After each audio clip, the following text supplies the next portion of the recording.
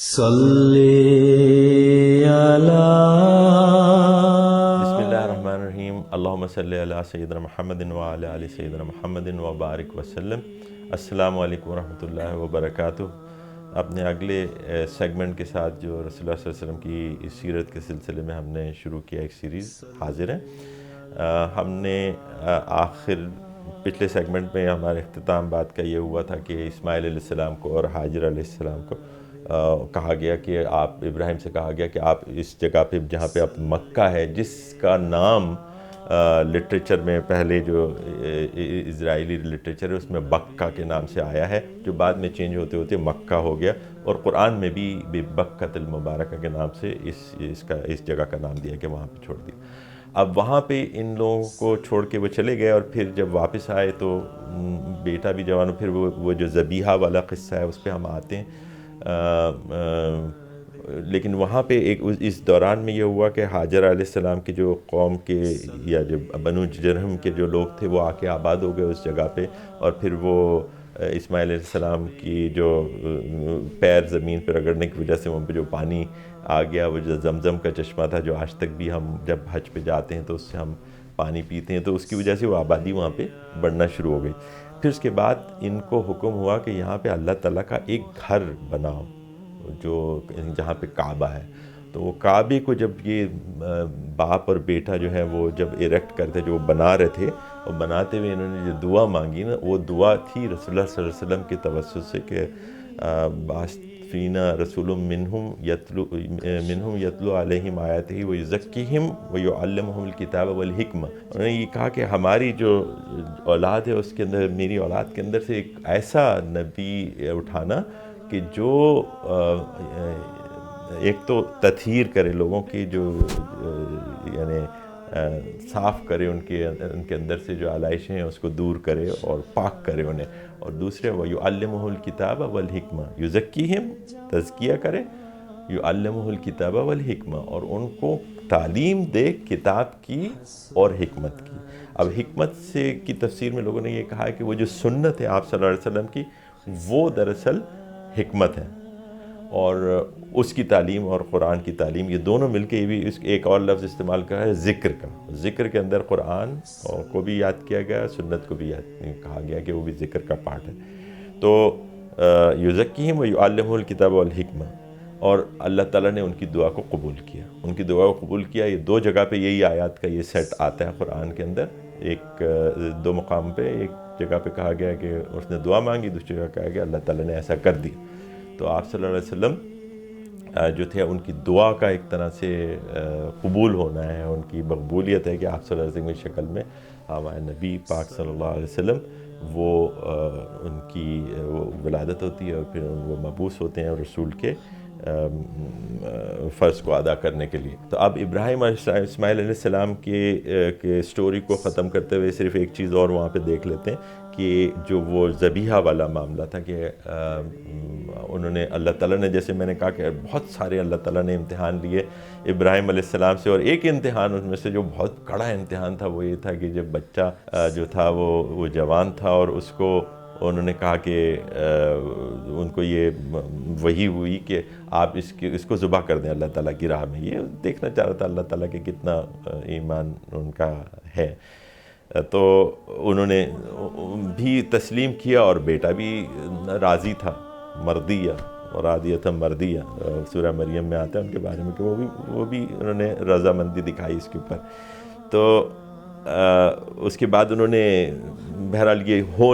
اس کے ہونے تک بات نہیں پہنچی، اور اللہ تعالیٰ نے ان کی اس کمٹمنٹ کو کہ جی انہوں نے بات ماننے کے لیے وہ تیار ہو گئے، چھری لے کے بس کہہ دیا کہ بس یہ کافی ہے، اور اس کی جگہ کچھ اور جانور نظر کر دو، اور پھر اس کے بعد یعنی یہ ایک اس میں ایک جو کنفیوژن پھر اسرائیلیات کے حوالے سے ہم بات کریں گے کہ بہت سی چیزیں اس میں آ جاتی ہیں، اور کچھ تو ہم اپنا بھی لیتے ہیں، کچھ مسلمان بھی اپنا لیتے ہیں، جیسے میں نے پچھلے سیگمنٹ میں بات کی تھی حضرت حاجرہ کے حوالے سے۔ ہمارے ہاں بھی لوگ یہ کہنے لگتے ہیں کہ وہ ایک جو تھا ان کا، وہ جو سارہ علیہ السلام کی باندی تھیں یا کنیز تھیں، جن سے انہوں نے ابراہیم علیہ السلام کو بیاہ دیا تھا، یہ غلط بات ہے، اسرائیلیت سے آئی ہوئی باتیں ہیں، اور اس کو ہمیں اوائڈ کرنا چاہیے۔ اسی طرح یہاں پہ جو ذبح ہونے والا جو ان کا بیٹا ہے، اس کے بارے میں اسرائیلیات کے اندر یہ انہوں نے کر دیا کہ جی جو وہاں ذبح ہوا کے لیے جو منتخب کیا گیا تھا وہ اسماعیل علیہ السلام نہیں تھے بلکہ اسحاق علیہ السلام تھے،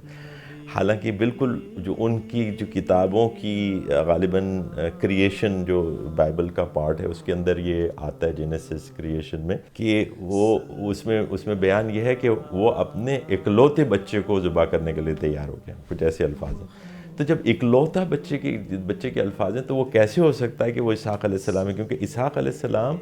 تو اسماعیل علیہ السلام کے 14 سال بعد پیدا ہوئے، تو وہ اکلوتے بچے تو نہیں ہو سکتے، اور اسماعیل علیہ السلام اس وقت تک الائیو تھے۔ تو اسماعیل علیہ السلام کی طرف سارے اشارے ان کی اپنی کتابوں سے بھی ملتے ہیں، ہمارے پاس تو بالکل کلیئر واضح ہے کہ یہ اسماعیل علیہ السلام ہی تھے جنہوں نے یہ جس کو ذبح کرنے کا حکم ہوا تھا، اور پھر انہوں نے بھی اس پہ رضامندی دکھائی تھی۔ تو یہ ہیں آپ صلی اللہ علیہ وسلم کے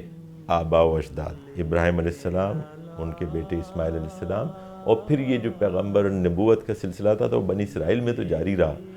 اور وہاں پہ کئی نبی آئے، لیکن بنی اسماعیل کے اندر یہ سلسلہ دوبارہ کب جڑتا ہے؟ وہ جب جڑتا ہے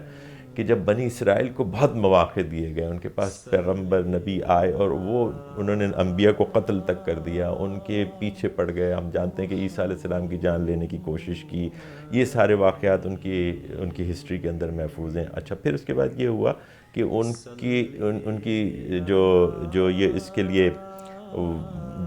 جب انہوں نے یہ کام کیا کہ ہم ذبح کرنے کے لیے وہ تیار ہو گئے، تو اللہ تعالیٰ نے پھر ان کو بشارت دی کہ بھئی یہ تمہاری ان کی پروجنی کے اندر، ان کے آل اولاد کے اندر اللہ تعالیٰ بہت برکت دے گا، جو کہ بنی اسماعیل میں ہمیں نظر آتی ہے۔ ہم نے بات کی کہ ایز کمپیئر ٹو بنی اسماعیل جو ہے وہ بہت پھیلے اور بہت برکت اس کے اندر ہوئی۔ پھر ایک اور یہ بھی دیا کہ تم جو ہے نا I will give you the control of the gate of your enemy, یہ اس طرح کے الفاظ ہیں، یہ یعنی ہمارے قرآن کے الفاظ نہیں ہیں، یہ انہی کی کتابوں کے الفاظ ہیں۔ تو وہ آپ دیکھیں وہ کس کو رہا، بنی اسرائیل کو تو بہت تھوڑا سا کنٹرول رہا، کچھ عرصے کے لیے انہیں حکومت ملی، اور پھر ان کے اوپر غلامی کے جو دور تھے وہ لمبے لمبے تھے۔ کبھی اسیرینز نے ان کو غلام بنا دیا، کبھی رومنز نے ان کو غلام بنا لیا، تو کبھی پھر بعد میں حالیہ دور میں جو ان کے ساتھ ہوا، جس کی ظاہر ہے کہ ایک غلط کام ہوا تھا، لیکن بہرحال ان کے ساتھ جو ریسنٹ ہسٹری میں جرمنی میں اور یورپ کے اندر ہوتا رہا۔ اور پھر آج بھی اگر وہ ایک جو یہودی مملکت کے طور پہ وہ زندہ ہیں، تو وہ اپنے بھروسے پہ نہیں ہیں، وہ تو کسی اور کی بیسس کے اوپر، وہ امریکہ کی سپورٹ کے اوپر اس بیسس پہ ہیں، اور ٹوٹل ان کی جو آبادی ہے وہ کوئی 6 million in Israel and about 6 million in U S, اس کے علاوہ تھوڑے بہت ادھر ہیں، دیٹ از دا ٹوٹل۔ اب انہوں نے کیا کیا تھا، یہ اس وجہ سے ہوئی کہ انہوں اپنے اندر تو داخل ہی نہیں ہونے دیتے تھے، وہ کہتے تھے یہ کلوز سرکل ہے، اس کے اندر آپ یہودیت کے اندر داخل نہیں ہو سکتے، یہ بس ہم لوگ ہیں، چنے ہوئے لوگ ہیں۔ تو اس دین کو بھی انہوں نے باہر نہیں پھیلنے دیا، ایک تو دین کی شکل مسخ کر لی، اور اس کو بھی کنفائن کر لیا کہ وہ صرف ہمارے لوگوں تک ہے، بنی اسرائیل تک، اور اس کے آگے وہ پھیلنے کی اس کو اجازت نہیں ہے۔ تو اس لیے اللہ تعالیٰ، میں نے ایک سیگمنٹ میں یہ کہا تھا کہ اللہ تعالیٰ نے یہ سب کریشن کر کے وہ پیچھے جا کے بیٹھ نہیں گیا کہ سب میرا کوئی تعلق نہیں ہے اس سے، وہ انٹروین کرتا ہے، وہ بار بار آتا ہے اور کریکشن کر دیتا ہے۔ لوگ جب بہت زیادہ ہو جاتے ہیں، ایک تو انبیاء وہ بھیجتا ہے، انبیاء کے علاوہ اس کی اپنی کریکشن ہوتی ہے، کبھی عذاب کی صورت میں ہوتی ہے، کبھی کسی اور صورت میں ہوتی ہے، تو وہ کرتا رہتا ہے لوگوں کے درمیان۔ ورنہ اگر انسانوں پہ یہ چیزیں چھوڑ دیں تو ہم تو چیزوں کو خراب کر کے رکھ دیں، سارے توازن بگاڑ کے رکھ دیں، انسانوں کے اندر مساوات کے جو مسائل ہیں وہ پیدا ہو جائیں، وہ ختم کر دی جائیں۔ تو انسانوں کے اندر یہ چیزیں ہیں۔ اور پھر جیسے یہ آپ صلی اللہ علیہ وسلم نے کہا کہ جو اہل کتاب جن چیزوں کو کر چکے، اور حتیٰ کہ اگر وہ کسی سوراخ میں سے بھی گھسے تو تم بھی اسی سوراخ میں سے گھسو گے، تو ہم بھی وہی سارے کام کریں گے اور کر رہے ہیں، جو کہ دوسرے اہل کتاب نے کہا تھا۔ اس میں ہمیں کوئی ایسی وہ بہت رشک کرنے کی ضرورت نہیں ہے کہ ہمارے اعمال جو ہیں اسے، ایک بات ضرور ہے، کیونکہ نبوت کا سلسلہ آپ صلی اللہ علیہ وسلم پہ ختم ہو گیا، اس لیے ہمارے پاس کوئی نبی نہیں ہے کہ جس کو ہم قتل کر سکیں، باقی تو سارے کام ہم وہ کر رہے ہیں جو انہوں نے کیے، ہم بھی اسی راہ پہ چلتے رہے۔ بہرحال تو جب وہ اس راہ پہ چلے اور انہوں نے وہ مسدود کر دی راہیں، حق کے بیان کرنے کی اجازت نہیں تھی، حق کو پھیلنے کی گنجائش نہیں چھوڑی، تو اللہ تعالیٰ نے پھر ان کے ہاتھ سے جو امامت تھی وہ لے کے بنی اسماعیل کے پاس چھوڑی۔ کعبہ جو ہے، جو مکہ جو ہے وہ سینٹر بن گیا، اور پھر جو ہے آپ صلی اللہ علیہ وسلم کو مبعوث کیا گیا، اور وہاں سے پھر دعوت دوبارہ سے اٹھتی ہے۔ ایک عرصے تک بنی اسرائیل کے اندر نبوت رہنے کے بعد یہاں پہ آئی اور وہ دعوت کا سلسلہ دوبارہ شروع ہوا۔ اب ہم اگلے سیگمنٹ میں ہم یہ بات کریں گے کہ آپ صلی اللہ علیہ وسلم کے حساب سے اس جگہ کا چننا، اس زبان کا چننا، ان سب میں کیا حکمت تھی، اور یہ ہمارے اگلے سیگمنٹ میں انشاءاللہ ہوگا۔ اقول قولی ھذا واستغفر اللہ لکم ولکم ولسائر المؤمنین والمؤمنات۔ السلام علیکم۔ محمد